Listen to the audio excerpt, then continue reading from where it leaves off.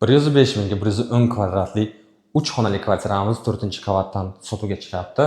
Bizlar hozir xol qismida turibmiz. Asosiy kirib kelishimiz eshigi chetlari yevromontaj qilingan va bu tomonda bizlarda prixoja mebel o'rnatilgan. Mana bu yerda mana shunaqa joy bor. Xohlasangiz stol, stul, xohlasangiz ugalok qo'yish mumkin. Ana endi xonalarni ko'rishni boshlaymiz. Birinchi xonamiz mehmonxona. Mana shunaqa katta mehmonxona qilingan. Polностью yevro remont qilingan, dvokonturli kotel qo'yilgan, sopli pol qilingan.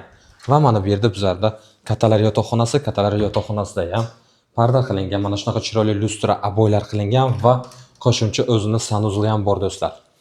Kvartiramiz 10 qavatli domning 4-qavatda, g'ishli domda domimizning lifti bor, 24 soat ishlaydi, kadastr hujjatlari tayyor.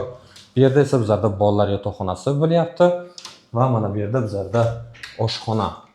Kvartiramizda ikkita razdelniy sanuzol tushgan, bittasi kattalar yotoqxonasi, bittasi koridorda tushgan. Bundan tashqari tepasida 400 litrlik bakam turibdi. Mana shunaqa chiroyligina sanuzol ham bor.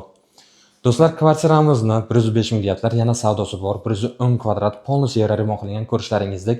Eng qizig'i ipoteka qilish mumkin. Boshlang'ich to'lov 20-30%, ya'ni 20 ming yoki 30 ming bilan 7 yildan 20 yilgacha olish mumkin. Agar kvartirangiz ma'qul bo'lgan bo'lsa, agar pastdagi nomer telefonlarga telefon qilinglar. Arzonroq qilib olib beramiz. Kvartira qidirib yurgan tanishlarga urib qo'yishingizdan chiqmasin, ko'rishguncha.